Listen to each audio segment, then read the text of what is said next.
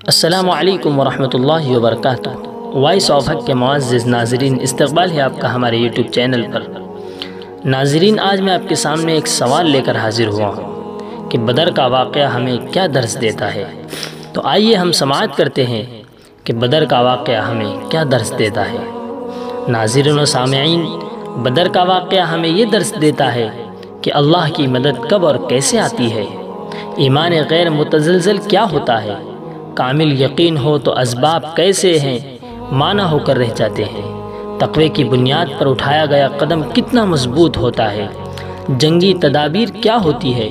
اپنے فوجیوں کا جائزہ کس طرح لیا جاتا ہے، جمہوریت کو کیسے استعمال کیا جاتا ہے، دشمنوں کے ساتھ بھی انسانیت کے کیا تقاضے ہیں، تقوی اور اصلاح ذات سے کیسے مسلمانوں کی شیرازہ بندی کی بنیاد پڑتی ہے، مومن کیسے اپنے رب پر بھروسہ کرتا ہے، ایمان کے مطالبے سخت ہو یا نرم،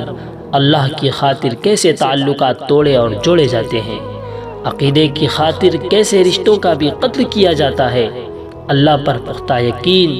تقوی، نبی کریم صلی اللہ علیہ وسلم سے بے انتہا محبت، جنت کی آرزو، پرچم اسلام کی سربلندی کی شدید خواہش، اللہ کی مدد اور نصرت کی ضمانت کیسے بن جاتی ہے۔ نہتے مسلمانوں نے جب اپنے دل نکال کر اپنے رب کے سامنے رکھ دیے ہوں گے تو بھلا دعائیں قبولیت سے کیسے محروم رہ سکتی ہیں۔ یہ اسباق ہمیں جنگ بدر کے واقعے سے ملتے ہیں۔ موجودہ حالات کا مقابلہ کرنے کا پورا سامان اس میں موجود ہے، اور 17 رمضان کے دن ہی اسلامی حکومت کی بنیاد پڑی تھی۔ ہونا تو یہ چاہیے تھا کہ پوری ملت اس دن کو جشن کے طور پر مناتی، مساجد میں باقاعدہ یوم بدر پر پروگرام اور مجالس منعقد کرتی اور اس تاریخ کو اپنی نسل میں منتقل کرتی، لیکن بدقسمتی سے اور افسوس کے ساتھ کہنا پڑتا ہے کہ ہمارا سواد اعظم اس سے غافل ہے اور صرف ذکر و اذکار کی محفلیں سجا لینے سے فرشتوں کے اترنے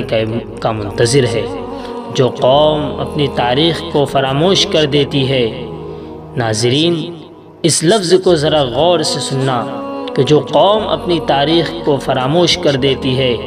دنیا سے اس قوم کا نام و نشان تک مٹا دیا جاتا ہے۔ غنیمت کے کچھ تنظیمیں اپنے اس ورثے کو سنبھالے ہوئے ہیں اور اپنی بساط بھر کوشش سے نئی نسل کو آگاہ کر رہی ہیں، لیکن ان کی باتوں کو دیوانے کی بڑی سمجھ کر نظر انداز کر دینے کا رجحان بھی اتنا ہی عروج پر ہے۔ اللہ اس کی ہماری سب کی حفاظت فرمائے۔ اللہ تعالی ہمیں اپنا محاسبہ کرنے کی توفیق عطا فرمائے اور اس یوم بدر کے موقع پر اس کے پیغام کو سمجھتے ہوئے موجودہ حالات سے نمٹنے کے خدائی ضابطے کو اختیار کرنے کی توفیق عطا فرمائے۔